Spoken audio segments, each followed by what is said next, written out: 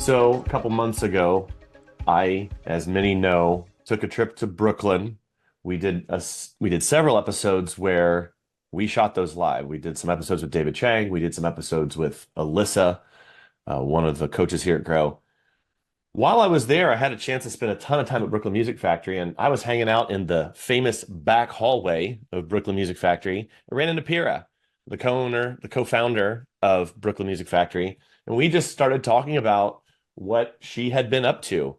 And honestly, I wish I had a camera crew that followed me around all the time like Gary Vaynerchuk, because some of the stuff that she was talking about, just in the back of my mind, I was thinking, oh my word, this should be an episode for the podcast.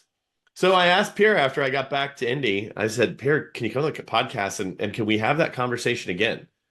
And she was very gracious and decided to take some time out and record an episode. So Pierre, and we're going to talk about what this is going to be in just a second, but Pierre, I'm so glad you're back. It's been like 70 episodes since you've been on. Thank you for having me. And congrats on 70 more episodes after Yes, we last we're spoke. still around. Right, we're still around. Somehow we still have something to talk about.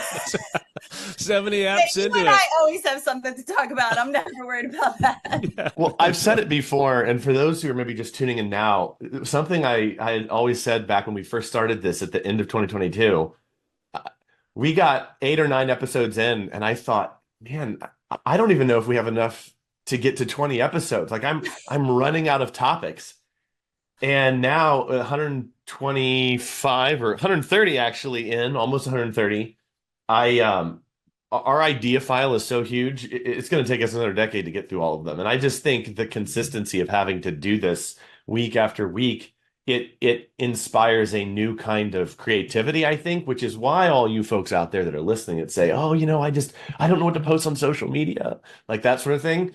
Or there's something where there's a consistency that's required. The consistency is what creates the creativity. So that's a little extra hack right here at the beginning of the episode that has nothing to do with marketing or social media. Anyway. It's kind of like songwriting. Keep writing and the songs will keep coming.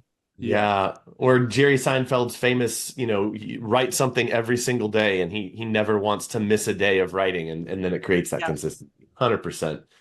So anyway, what Pierre and I were talking about in the back hallway was recruiting, which is a huge topic on the minds of a lot of academy owners. This is one of the most common questions I get. We've actually even done some other episodes recently around this idea of hiring teachers. Some of the live Q&A questions that we got, these monthly Q&As where we meet with you all on Zoom and Nate and I answer audience questions. These have been around this topic, but I wanted to bring a real expert on, a real killer when it comes to this. And that's why, this conversation with Pierre, I was just thinking, oh my word, I wish I was recording all this.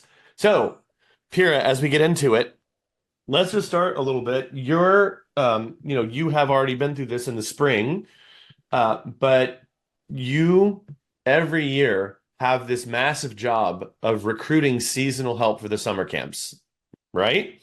Yes. Yeah. And so what I'd like to talk about in this episode is how you do that recruiting, how you find these teachers, things that you used to do in the past. So I think we're going to get into that. And let's start with some easy questions. And Nate, of course, with you being so connected to the summer camp and BMF and Peira, certainly jump in and ask the questions that I'm not knowing to ask, obviously. But let's just start with an easy one. Tell us a little bit about what you're recruiting for so that people can even get that context. Because even though it is, seasonal hiring, in some ways, in many ways, there's going to be similarities between just hiring help for a regular year-round after-school program or regular, group lessons or private lessons throughout the year. But tell us a little bit, the 1 or 2 minute version of what you're hiring for. Sure. When I'm thinking specifically about summer, I'm hiring 2 things. Number 1 is management, and number 2 are teachers. When I'm doing the actual recruiting, it's 2 separate job descriptions, 2 separate categories, but those, honestly, it's a 30-second version. Those are the 2 categories that I'm hiring for when I'm thinking about summer. Got it. Maybe give us a 30-second of what that management is, because I know people in their mind, they have the category of teacher, but I'm actually kind of fascinated about the management piece. What's that? Yeah, so we have camp managers in our summer program. My role in the summer program is director. And then the person who sees the day-to-day, who basically moves the ship, is our camp manager. This summer, we're opening a satellite location. So I was hiring 2 camp managers for this summer.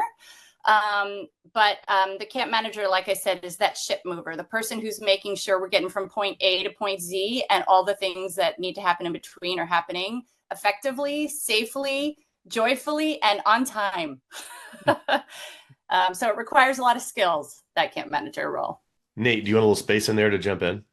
Yeah, I was going to just add, Peter, like we've been doing this a long time together, and I've been watching as you have sort of refined your systems and then honestly just taught me a ton over the years on how to do both this front end piece of recruitment, and then hopefully later on in another ep or in this, we'll get to talk about how to then find the perfect candidate once you have a pool of them. But I was pulling up our camp org chart, which is directly linked to our simple camp budget. And I was thinking, like, there's actually more positions in there. Like, you have your extended day. I can't remember how you break down extended day. Is it extended day director or manager? Yeah, so the extended day, you're right, Nate. The extended day is sort of a separate hiring for me. I think of it separately, which is why I didn't think of it right off the top. But I think of our extended day program as almost an additional program offering at BMF Camp. And so once it's oftentimes our extended day hiring oftentimes happens later in the season. I make sure that we have our camp manager set and our teacher set. And the reason that extended day hiring often happens later is because sometimes maybe not my top candidate for camp manager, but my second to top candidate for camp manager, somebody who I'm not necessarily hiring as camp manager, will be the person that I will then offer the extended day manager position to. So I make sure that I get my most essential hires first, which is those teachers and those camp managers. And then our extended day will be an additional manager and then a teen assistant. And those teens, that's sort of a loose hiring system. Well, me let me, I know. Yeah, I mean, maybe I could reframe, because I know we're talking specifically about recruitment. And well, there's 2 things I hear you saying that I think are really important to restate and highlight. Number one, you have a priority. You prioritize your recruiting. Most definitely. So that's a really important thing that I hope we get into the details on. And then second thing I hear from you is that you actually recruit internally.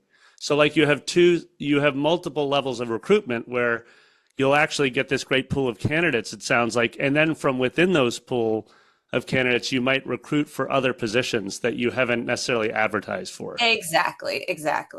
Yeah. Okay, that's cool. That's awesome to think about, because if I could sort of frame the seasonal hire, because we've been doing this together for a long time, but I'm very much sort of like, I get to sort of be an audience to the process that you go through. And then once in a while, you'll be like, Nate, I could use you in this role or whatever, but mostly I'm an audience to it. And it's sort of like for me, it's almost like Christmas. Like all of a sudden I'm sitting in like a meeting in June and there's these amazing people that have been added to our community that I may have never even met. It's totally awesome, by the way. But I just wrote on my board something that you and I have been talking about for 14 years, which is like, just to frame it for our listeners, that we oftentimes go from seasonal hires to long-term teachers that then might turn into long-term directors. Yes. And so while it may sound like, I never want our listeners to hear this, Peira, and be like, somehow they diminish the importance of this moment because they're like, oh, well, that's just a seasonal hire. What I really need is a long-time piano teacher. Right. And you're like, so I just want to frame it that for years we have thought of what you're talking about, Peira, as a like really essential first step, honestly. Yeah. So, okay, that's all I got right now on my dry erase boards. Well, I think this could be a good time to get into the actual recruiting process because Nate, you did bring up that there is some recruiting that's done internally. Let's talk about the entirety of that process. Pira, when you're thinking about recruiting for the summer, other than recruiting internally, maybe even just a numbered list or a Yeah. bulleted list of all the places that you think of recruiting new help from, whether that's the teaching side or the management Yeah. side. So this is what I'll start by saying before even get to sort of the list is you want to give yourself a lot of runway Ooh. because of what I shared, where it's this process of hiring top priority and then hiring second priority. You want to give yourself a lot of runway for these seasonal hires so you can do it thoughtfully and not find yourself just taking what you can get. And so I start my summer camp hires in June. My very first hire that I create a job description for is the camp manager. When I'm talking about creating a job description, that really is that first step that you're talking about. Creating a job description is so important in the process. And I'll share why. Number one, it is so important in sort of my own process. I'll just speak for myself, but my own process in defining what I want and what I need. So if I know what I need, I will get who I want. If I don't know who I need, I will not get who I want. So I need to know what I'm looking for before I even take one step out there and put anything out there. So once I've got that job description clearly defined, then I can take the next steps. And so I will say when creating the job description, number one, know the role you're hiring for, just simply the title. What is the title of this person? Is this person camp manager? Is this person teacher? Is this person assistant to the camp manager? Number two, define the role, the responsibilities, and the skills needed for that job. And I will say I have tweaked every year. I tweak my job description. It sounds as if it would be the same every year, but every year I get better at defining it as I see people in the role. And so, like, I will give you an example of a really interesting discovery I made a few years ago. I discovered that our camp manager doesn't need to be a musician. It sounds really strange. It's a music school. Why would our camp manager not need to be a musician? But it turns out once I made that shift, my camp managers got so much stronger because I was hiring to the skills that were much more important to that role. Yeah, they need to love being around music. They need to want to be around music. They're going to hear a lot of it.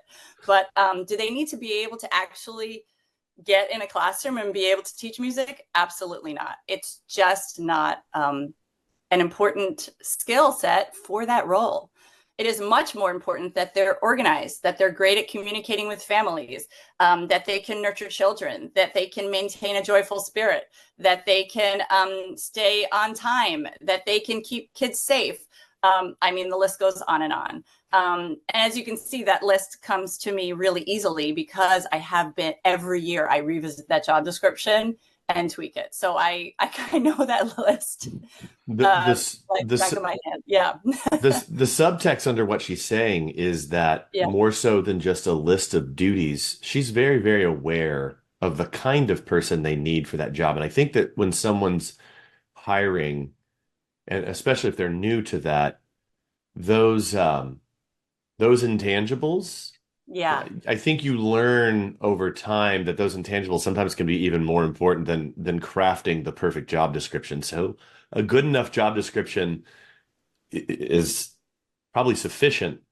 Understanding the kind of person you're looking for and how to locate that, that's really where I think that's where the real cash value is. I don't know. Yeah. Well, I will say in response to that, I would make those intangibles as tangible as possible in your job description Oof. because you want to be as transparent as possible. There was a time when I first started that I wanted to, for the job to appeal to people. right? So I would create a job description that sounded enticing. I learned that if I create a job description that's realistic, I will get the candidates I want. And so I will say in my job description, need to be able to maintain a joyful spirit. It sounds like an intangible, but actually there's people who can do that and there's people who can't. And so, and I will say need to be able to deal with, many moving parts at one time in a calm and relaxed manner. That might turn some people off. And you know what? I want it to. If it turns people off, I want it to turn them off. Because I don't want them to apply to this job. And so over time, the more transparent and the more I could make those intangibles tangible, the better my recruitment got and the better my job description got.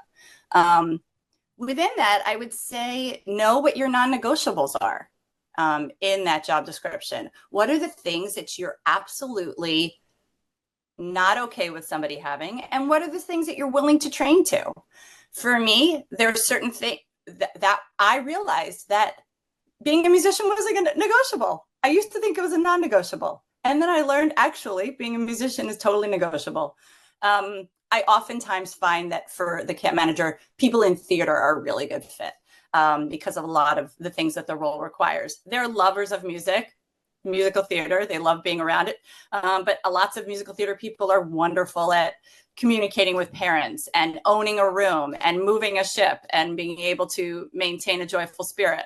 And so I learned quickly that being able to, like I said, teach music was totally a negotiable for me. A non-negotiable is somebody who can stay calm under pressure, somebody who can communicate with families, and many of those other things that I listed. So knowing your own non-negotiables is a really important part of the writing out your job description exercise. Nate. Yes, Mr. Shaw, you're raising your hand. I have a couple of questions, Peira, because Go ahead. I wanted to actually go on and on about this. Yeah, no, I know, I dig it. I wanted to clarify one little detail you said first. Sure. Because you opened with this idea of a long runway, which I love. I want to just state this clearly because, again, Daniel said we get this question all the time. Peira, people are always, literally, we have an Evernote right now in there that's like, how do you find good candidates? Mm-hmm. Like, I can never find good candidates. And I think that actually people gloss over that first comment you made. Like, they'll just speed right through it. You need runway. Because, so I have a follow-up question. Well, number one, just to clarify, you said I start writing a camp manager description in June. Did you mean June? January. January, sorry, thank you. Okay, just clarifying that. So in January for the following summer, so for 6 months later, you're writing the job description. Okay, you also, I'm curious because we've heard different people talk about it in different ways. Do you view the hiring as a project or as like an ongoing process? Like you're always thinking hiring?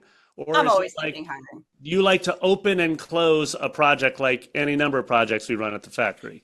Yeah, I mean, I would say it's both. I'm always thinking of hiring. I mean, listen, one of my people that I have coming on as camp manager this year was our extended day manager the prior summer. And before that, she was my son's teacher. And so clearly I was looking at her in the classroom going, I wonder what she does during the summer. So I'm always thinking about it, right?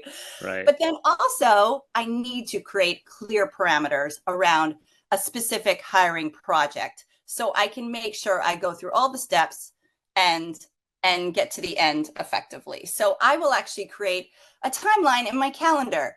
Job description done by January 15th.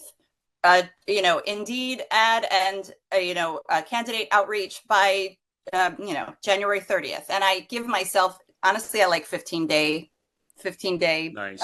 Stop points. A week is too much pressure. Yeah. 2 weeks is way better. I love January 1st, January 15th. It works for me, and you have to find what works for you. And then I want to know, I'm going to have my teachers hired by, let's say, March or April. I want to know when I'm going to have these people by, because there is 100% chance that it's going to take longer than I want it to because of all the variables that are involved in humans. And so while my goal was to be done with hiring my camp manager by March, my camp manager who I had that was wonderful got a 12-month DOE contract, and all of a sudden I had to pivot. And so that is the nature of dealing with human beings, as I'm sure you all know. But giving myself that timeline allows that extra runway that I know I will need inevitably because I'm, dealing with humans and their lives. Well, and I think that, just to be crystal clear for our listeners, and I remember one of our annual planning projects that we're in the middle of is these long-term hires to directors' positions and things like that. And you were in charge of actually creating our annual calendar for all kinds of hires separate from camp, right? And just for our listeners, so they understand what the action you're saying take is, number one, give yourself far more time than you think you need. Totally. Number two, break down, because you're about to give us some more steps in the recruitment process, but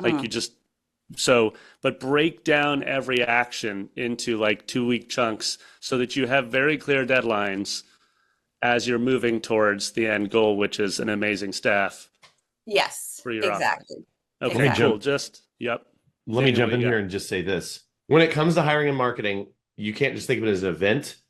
You have to think of it as an ongoing process, to the point that if you're saying, oh, I need students now, or, oh, I need a hire now, it's too late.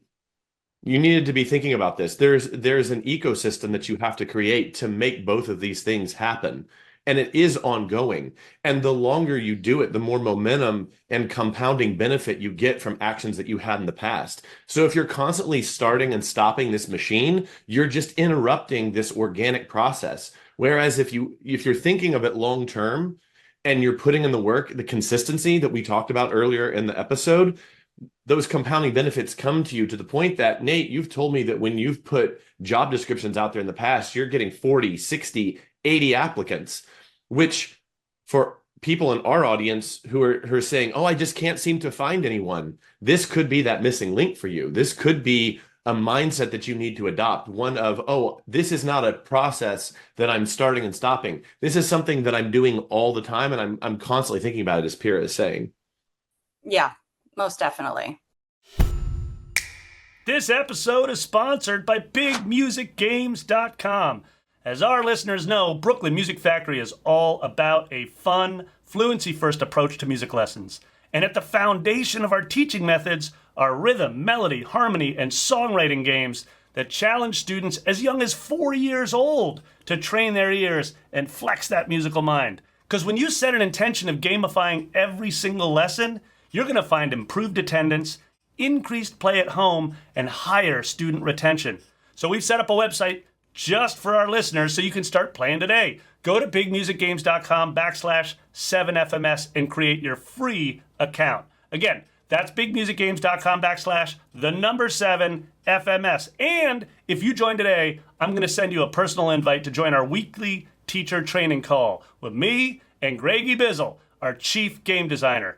Go ahead and put play back into practice with Big Music Games. So you do internally, you have Indeed. Are there any other places where you tend to source your applicants from, Peira? Yeah, so my top two sources. Number one, I use Indeed.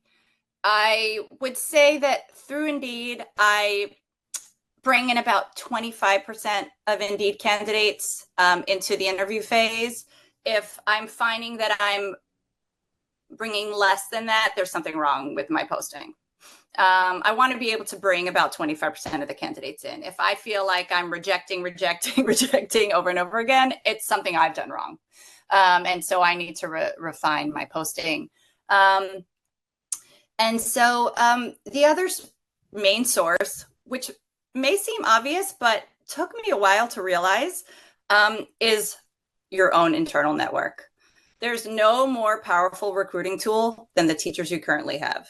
And so I reach out to our staff and And also just the teachers and musicians in my own personal network personally, and say, who do you know? Who do you know who's a good fit for that, for this job?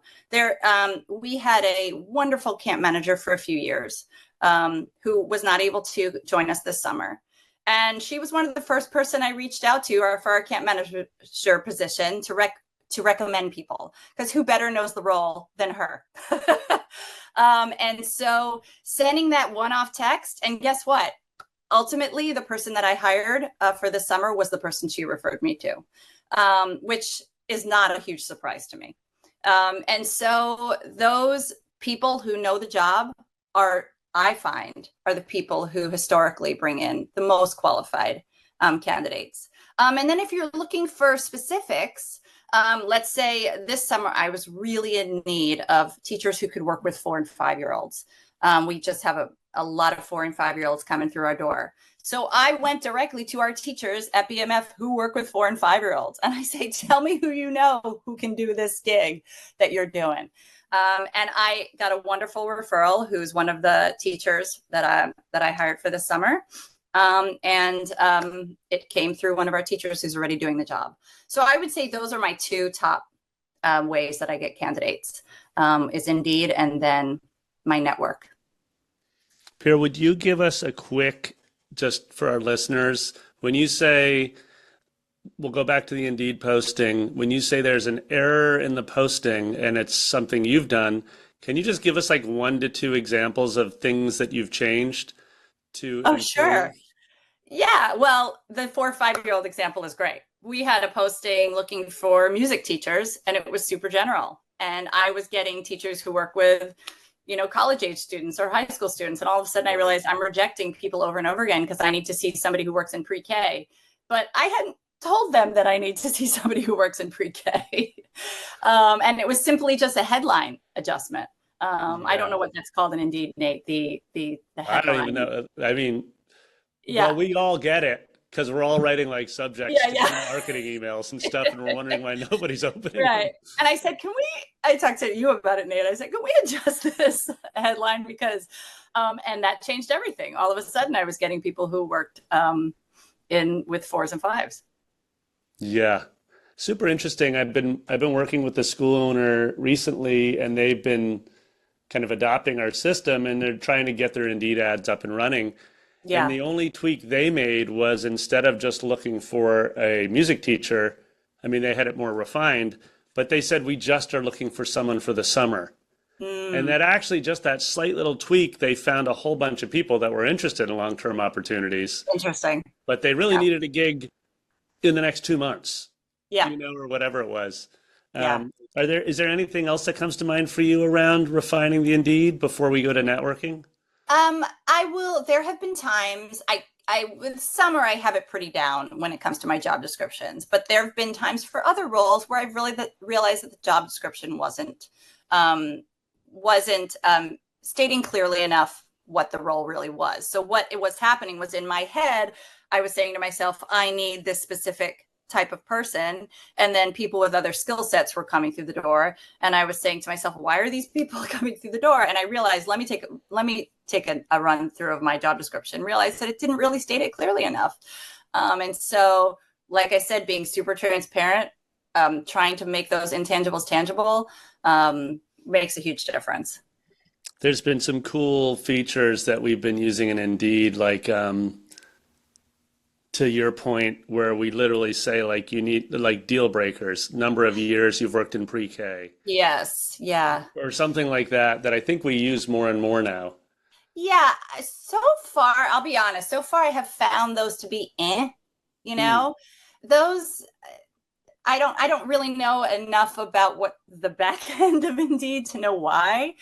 Maybe that's something that I actually personally can explore further in the future, because I have found that I look at those less and less, because I just have found that those haven't really been super helpful.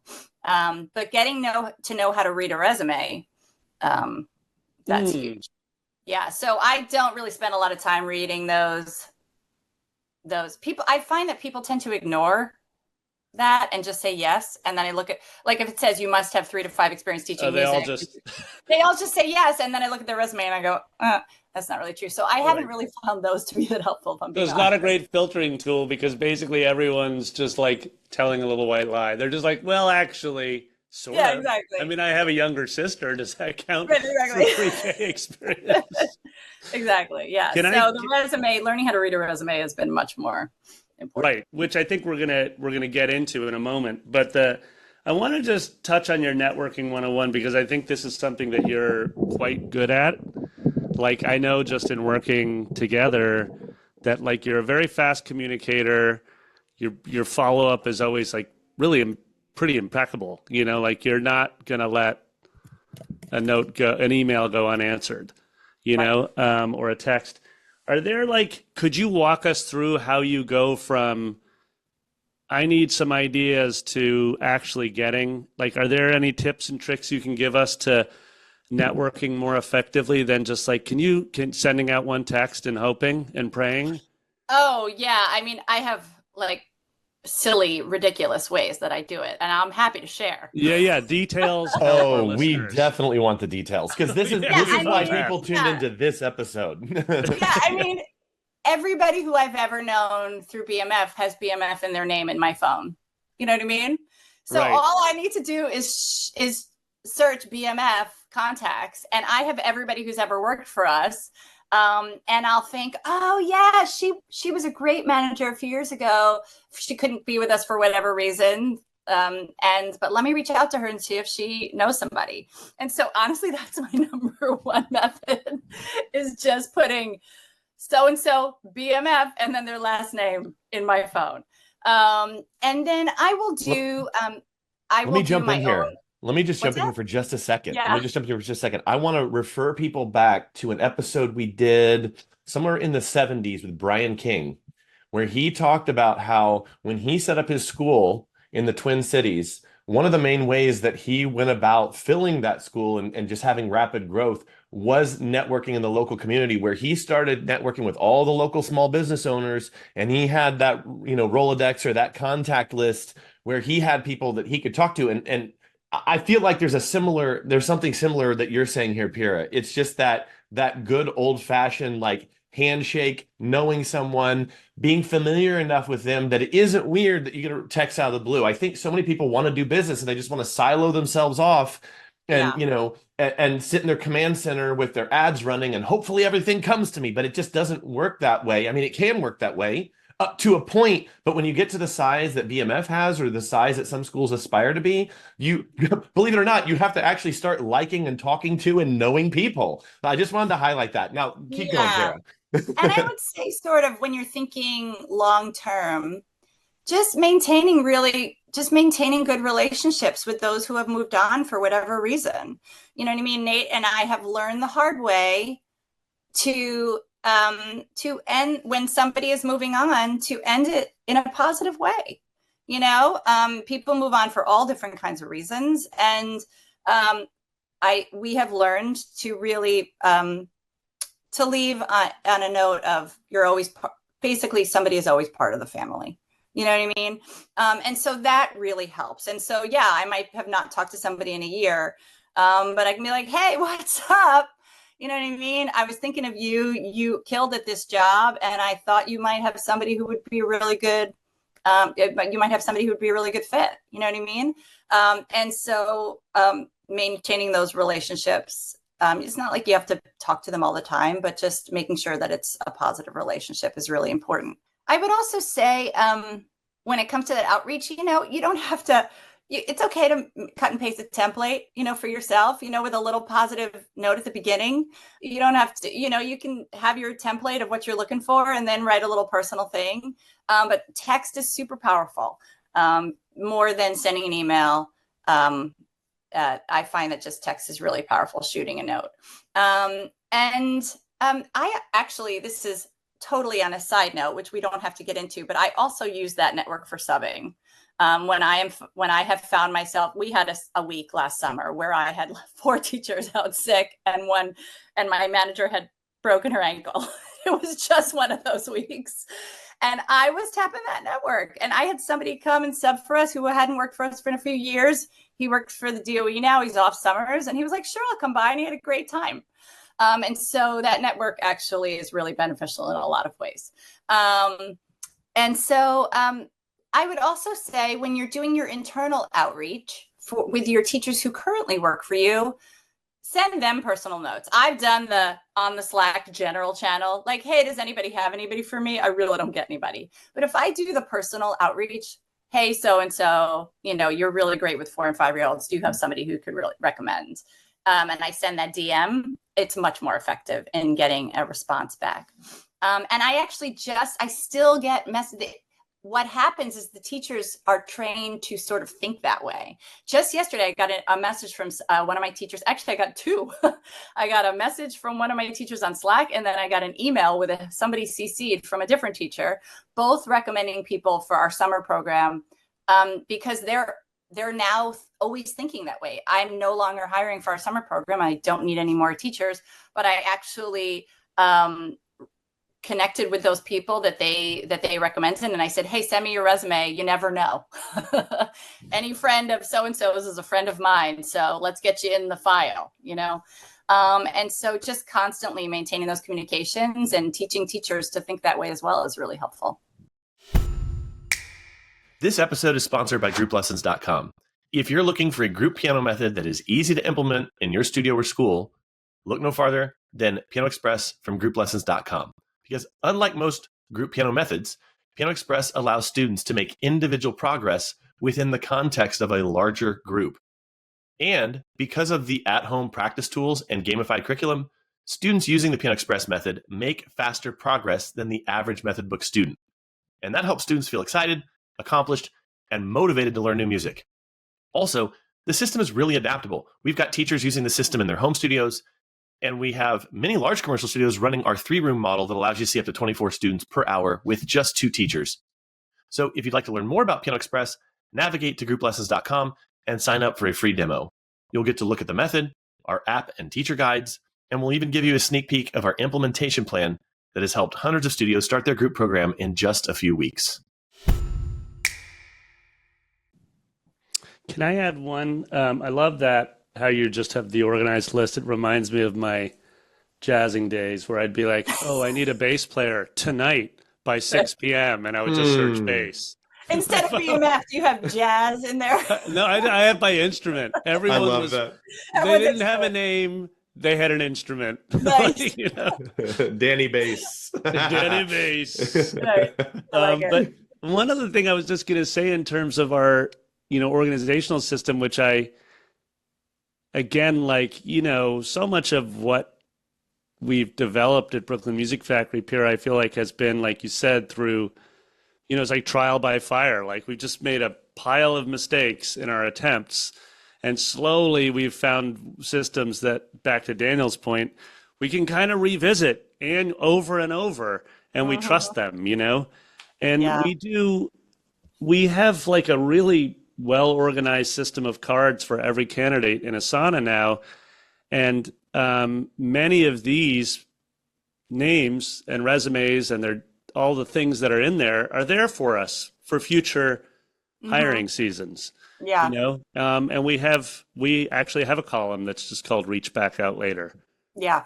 And so we'll, when we're disciplined enough and we're following our systems, we'll actually take the extra 30 minutes to 60 minutes to go through that.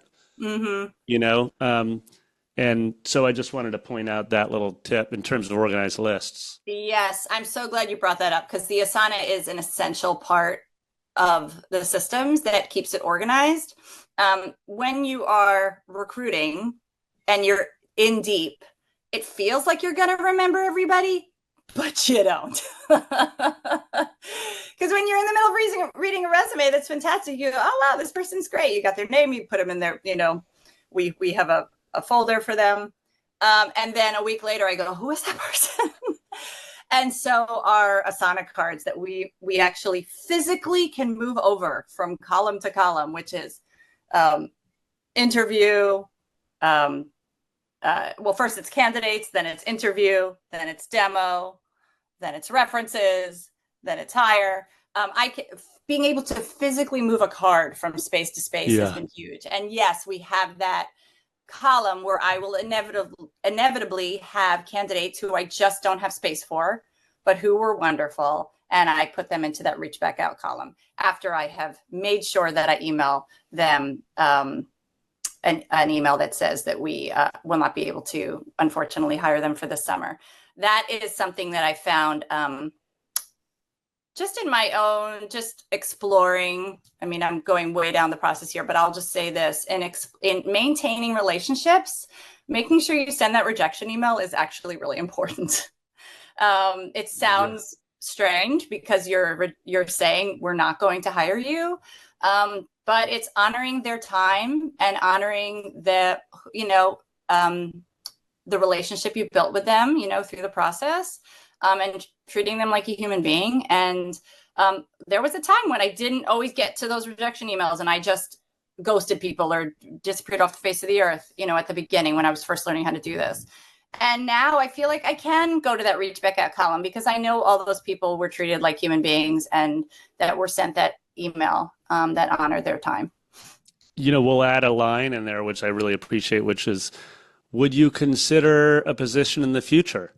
Yeah. Could we reach back out again? Yes. Which I feel like is also, like, to your point, which is so important because it gets right back to your networking comment from like 5 minutes ago. Yeah. Which is, these people they're not a candidate. They're not a number. They're not an email address. They're not a resume. Yeah. They're a person. Yes. Like you said. Yeah. like just treat them like you'd treat your brother. Yeah. Sorry, it's not going to work right now, dude, but can we hang out next weekend? Yes. And just to be clear, that's for the candidates who I feel like are a good fit for the job. Of course, there's going to be candidates who aren't a good fit for the job. And I know that, and they probably never will be. And those receive a standard rejection email. But for the ones that I feel like I just didn't have enough space for, or they weren't A candidates, they were B candidates, but they could be A candidates with a little more experience or whatever.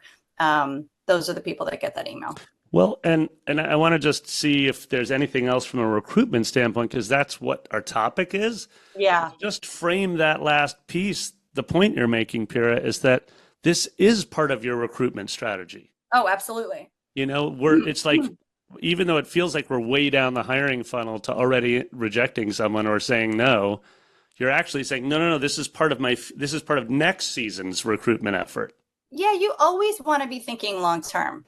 Like I said, this is relationship building. I feel like the title of this episode should actually be relationship building when recruiting. You know what I mean? Or because that's really what it's about, is building relationships with all of these people. And once again, giving yourself that runway allows for that time to do that.